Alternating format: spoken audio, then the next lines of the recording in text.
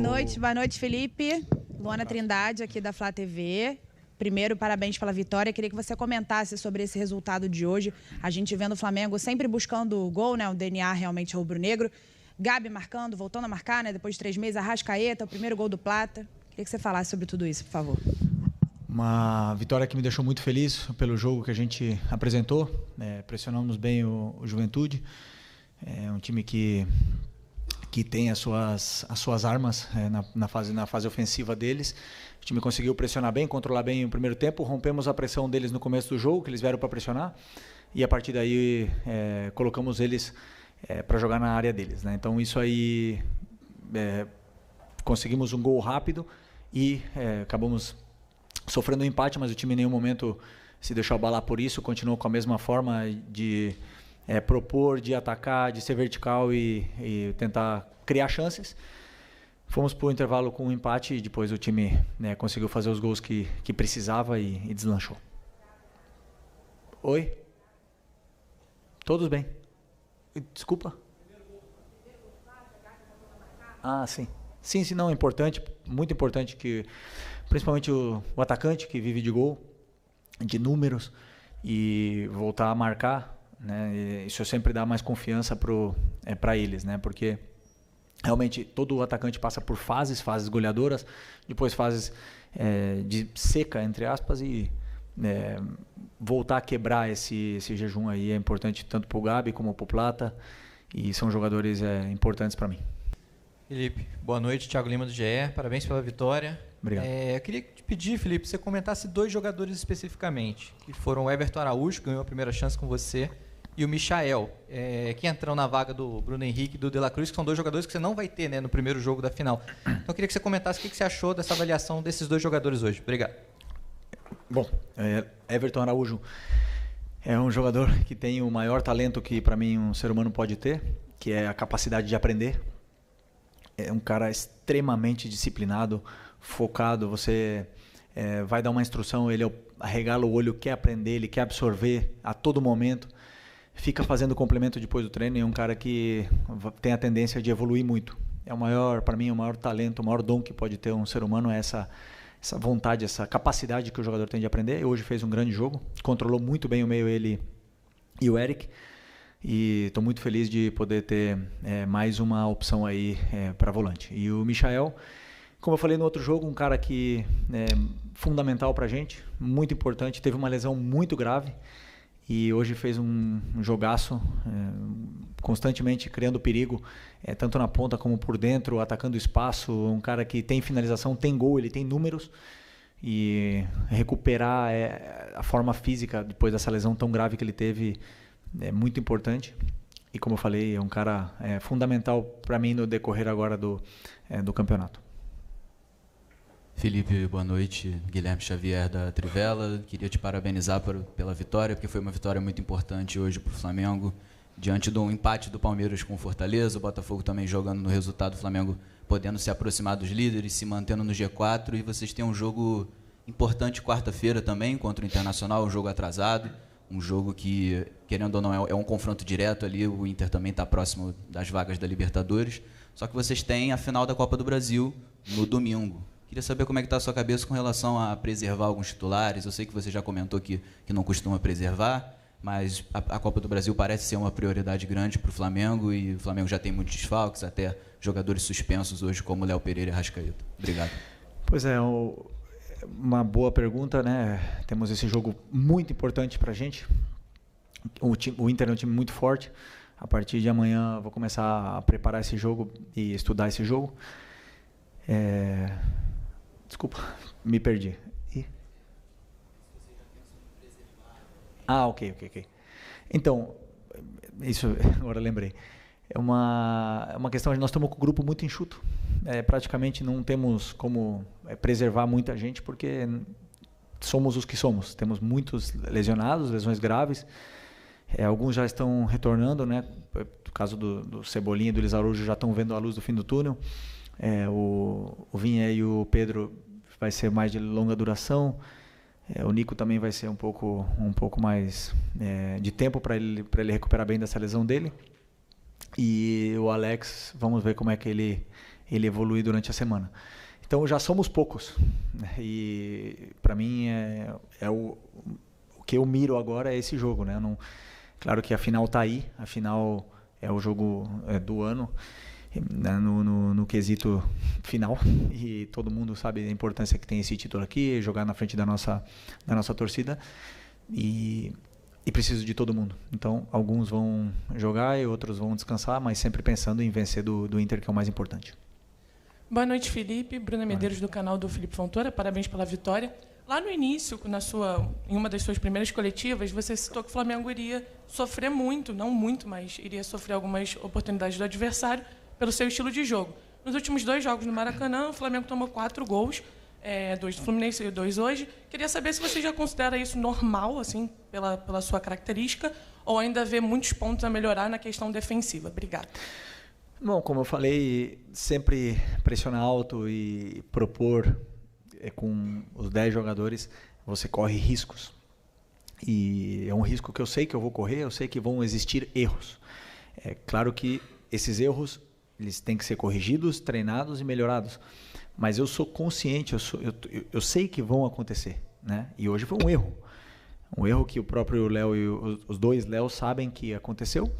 Eu não preciso nem falar para eles, porque eles já sabem. Então, mas sempre com a confiança do treinador de que eles têm que fazer o que eu peço, e eles estão fazendo, né? Alguns momentos vão se criar desajustes na defesa, e eu entendo esse risco. Agora, claro que eu não gosto de tomar gol, não quero tomar gol, e vou fazer de tudo para corrigir durante a semana, treinar esse mesmo aspecto, né, da vigilância, para poder ter a bola e com mais segurança. Aqui, boa noite, Felipe. Ângelo Furtado, Time Web Sport. Felipe, você que teve a sua carreira no futebol internacional, segunda-feira, Vinícius Júnior pode ser, né, eleito aí o melhor jogador do mundo. Queria que você, com a sua experiência, deixasse um recado para ele. Como que você está vendo aí essa questão do melhor jogador do mundo, da escolha, né? Todo mundo sabe que vai ser ele. Merecido, cara que conquistou tudo que conquistou sozinho, ninguém deu nada de presente para ele, e ele conseguiu sair do lugar onde ele foi criado para ser o melhor jogador do mundo e o melhor jogador do Real Madrid. É a única coisa, o recado que eu posso dar para ele, é que ele não pare, que ele continue, que ele vá atrás de outra bola de ouro, que ele continue em ambição, porque não é fácil você tocar o céu e continuar lá, né? O mais difícil é você permanecer lá. Então ele tem que continuar com a mesma... Boa noite, Felipe. Natália Brasil, Damas do Esporte, Rádio Roquete Pinto. Parabéns pela vitória. Você tem falado, né, em muitas oportunidades, que esse Flamengo é o Flamengo do Felipe Luiz, apesar das suas referências, né, de toda a experiência que você passou no futebol. Eu queria que você dissesse o que hoje, nesse time, já tem a cara do Felipe Luiz, já está do jeito redondinho que você quer, e o que ainda falta corrigir e vai ser aí ao longo das próximas partidas. Eu acho que eles assimilaram bem a ideia, assimilaram bem, estão fazendo tudo o que eu estou pedindo, né? Depois, a parte técnica é do jogador, a parte mental é ser mais, sei lá, frio e calculista. Isso depende dos jogadores, mas a parte estratégica, a pressão alta que eu quero fazer, a parte da maneira de defender, a maneira que eu tenho de atacar, hoje se viu tudo, praticamente o que eu peço para os jogadores fazerem, eles entendem muito bem. E as peças se encaixam, claro que depende do lateral que joga e do volante que joga, eu tenho que adaptar alguma situação ou outra, mas o meu modelo de jogo eu já deixei bem claro que é como sempre pressionar alto e propor jogo o máximo possível. Só que muitas vezes jogamos contra adversários que quebram a nossa pressão e nos empurram, ou que sabem pressionar e não deixam a gente ficar na área como a gente ficou hoje, na área do Juventude. Então, cada jogo é um jogo, mas basicamente meu modelo de jogo está sendo visto nesses jogos. Oi, Felipe, Sérgio Lobo aqui. Eu queria estender um pouquinho em relação à pergunta que o Guilherme fez para você, relacionada ao jogo de quarta-feira. Você já falou do encurtamento do elenco, né? Está enxuto demais para os jogadores que você vai contar lá em Porto Alegre. Arrascaeta e Léo Pereira você também já não vai contar, os dois levaram o 3º cartão amarelo. O que você está pensando em relação ao Campeonato Brasileiro especificamente? Porque a gente não sabe o que vai acontecer, obviamente, né? O Flamengo vai lutar pelo título da Copa do Brasil, mas não se sabe o que vai acontecer. E eu estou olhando aqui a tabela, independentemente dos resultados que ainda estão correndo, tem jogos em andamento, se o Flamengo vencer o Internacional, ele pula para 3º lugar. O que você está pensando especificamente relacionado ao brasileiro? Em ganhar do Internacional. A única coisa que eu penso, preparar muito bem o jogo, preparar todas as soluções para os jogadores que eles possam ter de dificuldade durante o jogo, como a gente vai atacar, como a gente vai defender, e ganhar do Internacional. É a única coisa. E eu não só estou dizendo isso, eu faço isso. E eu peço para eles fazerem isso também. Não adianta nada olhar a tabela. Só tudo depende de ganhar do Internacional. Já é muito um dia de cada vez aqui no Flamengo, é intenso. Então é importante sempre olhar o próximo objetivo perto. Felipe, Isaac Andrade, Flavóis. Felipe, eu tive algumas oportunidades de entrevistar como jogador e agora como treinador. Uma das questões que mudou um pouco é que nas entrevistas das coletivas aqui como treinador você tem assim vindo com bastante emoção, né? Bastante emoção na veia. Você vem assim, ainda parece que está no ritmo do jogo. E a gente sabe que a emoção é um dos fatores decisivos também, que inclusive influenciam diretamente na técnica, na tática, faz com que os jogadores avancem. Essa emoção do Felipe Luiz, essa tua forte emoção, como é que você transforma isso em incentivo para que os jogadores possam vir para cima e ganhar? Como possivelmente aconteceu hoje no intervalo de jogo, de um primeiro tempo mais sonolento, vamos colocar assim, mais estudado, para um segundo tempo mais vibrante, onde o Flamengo parece que despertou e veio para cima com tudo. Bom, primeiro sobre a pressão, eu amo viver sob pressão. É o que me motiva, é o que me gera essa paixão toda que eu tenho. É agora, para mim, falar com vocês aqui, é pressão. E eu me sinto confortável nesse momento. Então, estou mais vivo do que nunca, né? Quando eu não tenho isso, quando eu estou de férias muito tempo, aí é quando eu me preocupo, né? Quando eu tenho isso aqui, essa cobrança, e me exigir ao máximo e aprender, e tá toda hora tendo que evoluir, aprendendo, inclusive falar como treinador numa coletiva, tudo isso aqui me desafia muito e me faz evoluir como ser humano e como técnico. Não concordo contigo que o primeiro tempo foi um primeiro tempo sonolento, não concordo. Eu acredito que, aliás, eu não tenho nenhuma dúvida que não é fácil, nunca foi nem nunca vai ser fácil atacar uma linha de 5 com 4 e 1. Não existe. E a gente viu o Botafogo Criciúma, nós vimos o Manchester City hoje. Não é fácil atacar uma linha de 5 com 4 e 1. E hoje o nosso time, o que fez? Empurrou o Juventude até a área deles. Eles ficaram defendendo em bloco baixo. O que a gente pode fazer? Continuar atacando, rompendo espaços, rompendo linhas, criando chance de gol para tentar vencer. É a forma que eu penso que eu estou mais perto da vitória. Se eu deixar virar o caos, esse ida e volta, não acredito que isso me leve mais próximo à vitória. Eu acredito que isso é mais um cara ou coroa, uma moeda ao ar, e às vezes pode cair do nosso lado e outras vezes do lado deles. Mas o que eu gostei muito do meu time hoje foi que fizemos um primeiro tempo onde empatamos, onde o time ficou. Em nenhum momento eu vi os jogadores ansiosos, em nenhum momento eu vi os jogadores acelerados e desesperados para fazer gol de qualquer jeito. Todo mundo se manteve na posição e na função que eles tinham no campo, e as jogadas naturalmente iam fluir. O adversário também cansa, o adversário tem que correr, também concede erros e chances do mesmo jeito que a gente, e conseguimos aproveitar, né? E não é fácil, como não foi na Copa do Brasil para o Corinthians contra a gente. Não é fácil, nunca é fácil atacar uma linha de 5. Boa noite, Felipe. Léo José, do Coluna do Fla. No meio de semana você utilizou o Alcaraz em uma das formações ali, né, do meio de campo, fazendo treinamento junto com o Everton Araújo. E agora no jogo de hoje, quem começa é o Pulgar e o Everton Araújo. A questão é, o Alcaraz, para mim, na minha visão, no segundo tempo, ele entrou um pouquinho abaixo da rodagem do restante do elenco, né? Ele errou alguns pontos individuais que acredito que, assim, questão de adaptação, de entrosamento, ele vai melhorando. Mas a pergunta é, o que fez você, Felipe Luiz, escolher pela dupla de volante Everton Araújo e Pulgar e não o Alcaraz e o Pulgar, ou Alcaraz e Everton Araújo, por exemplo? Bom, eu não só testei o Alcaraz, senão que eu dou chance durante os treinamentos. Não é chance, senão eu crio essas relações durante os treinamentos para que eles vão se encontrando e vão conhecendo o companheiro que ele tem do lado, né? Então eu sei das características do Alan, conheço perfeitamente o Eric, joguei com os dois, joguei com o Everton também, e tem o Charlie, o Alcaraz. O Alcaraz é um jogador super importante, é um jogador super interessante. 21 anos, tem muita força, tem tudo. E eu estou fazendo de tudo e estou dando todo o carinho para ele poder se desenvolver e se soltar e ficar tranquilo para que ele possa performar da melhor maneira. A minha decisão que eu tomei hoje, Eric e Everton Araújo, foi puramente estratégica em plano de jogo. Então eu não olho muitas vezes o que vai sentir esse jogador ou outro quando eu coloco um ou outro. Eu penso no que o adversário vai propor, o que eu preciso do meu jogador que eu vou colocar no campo.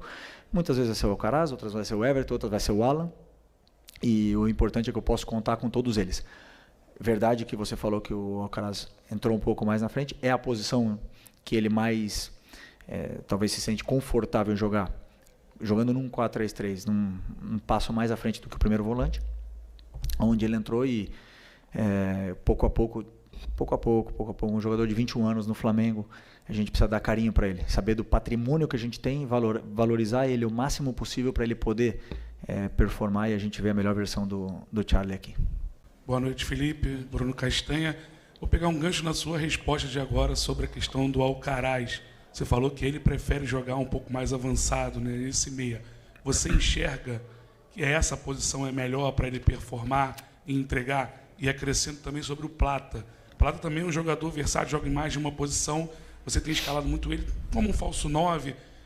Também você entende que essa é a posição que ele pode te entregar mais, performar?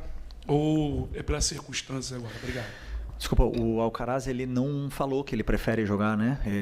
Eu entendo, por característica, ele tem a tendência a ficar sempre um pouco mais alto do que um volante mais fixo. Mas ele quer jogar em qualquer lugar. Ele não reclama nunca. Ele quer o que o Charlie quer é ajudar. E isso me encanta, né? Essa fome que ele tem, essa ambição que ele tem, e ele só vai crescer. Sobre o Plata, eu estou realmente para mim, ele compete em posição tanto com o Bruno Henrique e Michael para jogar na esquerda, mas sabemos que a melhor versão dele é na direita.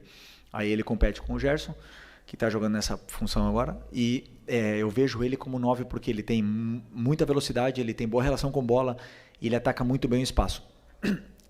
Desculpa. E eu sempre tento dar minutos para ele também poder ganhar confiança, e porque ele é muito importante para a gente. Hoje ele entrou, fez um jogo excelente. Mas ele sempre tem a tendência a tirar para a posição dele, né? Então, se eu coloco muitas vezes ele de 9, ele tem a tendência a voltar para a ponta. E isso se requer trabalho, se requer tempo para ele entender os movimentos. Claro que um 9 de origem, de ofício, deve fazer. Então, mas isso o mais importante é que eu tenho aí os coringas à disposição. E eles aceitam jogar em qualquer posição para ajudar a equipe e colocam a equipe acima de tudo. Aqui. Boa noite, Felipe. Vinícius, canal Vini Rubro Negro. Após o jogo contra o Corinthians, o Fabrício Bruno disse que iria conversar com você para tentar entender um pouco qual a ideia você tem para a zaga. Na próxima partida, o Fabrício Bruno provavelmente vai ser titular, porque o Léo Pereira tomou o terceiro amarelo e não joga. Queria que você pudesse falar um pouquinho o que você espera de um zagueiro para ser titular nesse seu sistema defensivo e como o Fabrício Bruno pode colaborar para o próximo jogo, por exemplo. O Fabrício, como eu falei nas outras coletivas, é um jogador espetacular, e para esses jogos agora eu preferi começar com o Léo Ortiz e o Léo Pereira por uma questão também estratégica de plano de jogo. Contra o Fluminense eu preferi começar com o Fabrício por uma questão estratégica de plano de jogo, e não errei, ok? Não veio a vitória, mas o que eu vi do Fabrício me agradou muito. Eu já conheço ele também, não é novidade, e o Fabrício tá para ajudar também a equipe. Então, sempre deixou muito claro isso. É um cara que, tanto ele como o Davi, sempre estão treinando bem, estão se esforçando, estão ajudando a equipe do lugar que está tocando eles ficar agora, que não entraram hoje, por exemplo, mas ajudaram a equipe. E provavelmente no próximo jogo, como você falou, o Fabrício pode jogar e talvez o Davi também. Então, são jogadores muito importantes para mim e já entenderam perfeitamente como eu quero jogar, e pouco a pouco eles vão tendo minutos, como eu falei. Eu preciso de todo mundo. O Fabrício entrou contra o Corinthians e foi um dos melhores em campo. Então é muito bom ser técnico e poder olhar para o banco de reservas e ter soluções, né? mesmo que muitos não estejam na máxima felicidade, porque eu prefiro isso, que o jogador se revolte de ficar no banco. Prefiro que ele fique brabo, mas depois renda do jeito que o Fabrício rendeu, porque, como eu falei, o Fabrício também é outro cara, um homem, e sempre bota o Flamengo em primeiro lugar. Aqui, Felipe, boa noite. Marcos Martinho, do canal da QSRN. Felipe, eu queria um pouco mais sobre a sua análise defensiva do Flamengo no jogo de hoje, porque da mesma forma que o Flamengo roubou algumas bolas no campo ofensivo, inclusive uma delas resultou no nosso primeiro gol, o Flamengo também sofreu um pouco com os lançamentos em profundidade nas costas da linha defensiva. Queria te perguntar se esses erros, né, de posicionamento, às vezes, de decisão equivocada entre pressionar o portador ou não, que também aconteceu um pouco contra o Fluminense, a derrota. Queria te perguntar se esses erros te preocupam para os próximos jogos e, sobretudo, para a final contra o Atlético Mineiro, uma equipe que sai construindo baixo também. Só uma pergunta. Quantos chutes o Juventude... Vocês têm os dados ou não? 3. Os 2 gols e mais uma. Então, assim, não sofremos muito, né? Pressionamos e a maioria das vezes conseguimos recuperar a posse ou pelo menos não deixar o adversário criar. Algumas delas eles saíram, né? Isso não foi o problema. O problema é quando nós temos a bola, e foi como na transição, né? Quando passa de atacar a defender, onde foi que a nossa vigilância não estava ajustada e acabaram aproveitando essa oportunidade. Como eu falei para você, eles já sabem, eles mesmos já quando acontece um erro e eles já sabem o que tem que fazer, eles mesmos levantam a mão, mas o treinador apoia, né, e sabe que eles vão cometer erros. E a única coisa, vamos ver, vamos trabalhar para não voltar a repetir, porque com certeza os adversários estão estudando a gente, também vão tentar aproveitar esse tipo de lance. E eles precisam estar o mais alerta possível para poder não cometer erros na vigilância defensiva. Professor, última pergunta aqui da coletiva. Beleza. Felipe, Mauro Santana, do canal Mauro Santana. Com a ausência do Alexandro, afastado com as dores na parte posterior da coxa, o Ayrton Lucas voltou a ter uma oportunidade como titular. Ele, inclusive, tem uma atuação destacada na vitória sobre o Bahia, em Salvador, mas encontrou dificuldade contra o Fluminense e hoje também apresentou um pouco de dificuldade ao longo da partida. Te preocupa de alguma forma isso? Como é que você faz essa avaliação e de que forma tentar ajudar o Ayrton Lucas a poder performar em alto estilo? Você que sempre fez questão de elogiá-lo, inclusive enquanto ainda era jogador. E elogio o Ayrton hoje de novo. Para mim fez um grande jogo. Errou alguns passes, normal. Tomou algumas decisões erradas com a bola, normal. O que me incomoda um pouco é que nós temos um jogador que estava na seleção, porque pode estar numa pré-lista, não sei se está agora ou não estava, mas sei que foi convocado recentemente, até mesmo com o Dorival. Um jogador que tem um futuro tremendo e é um patrimônio do clube. E a gente mesmo, nós mesmos, da torcida, colocamos em xeque um patrimônio que está aqui, nosso. Um jogador que nos deu uma Libertadores, que nos ajudou a dar uma Libertadores, que ele foi crucial. Quando eu me machuquei, ele entrou e foi crucial naquela final. Então, assim, a única coisa é apoiem o Ayrton Lucas, porque ele é muito importante para a gente. E ele é um cara que, com a confiança da torcida, porque ele é muito bom, ele vai ser cada vez melhor.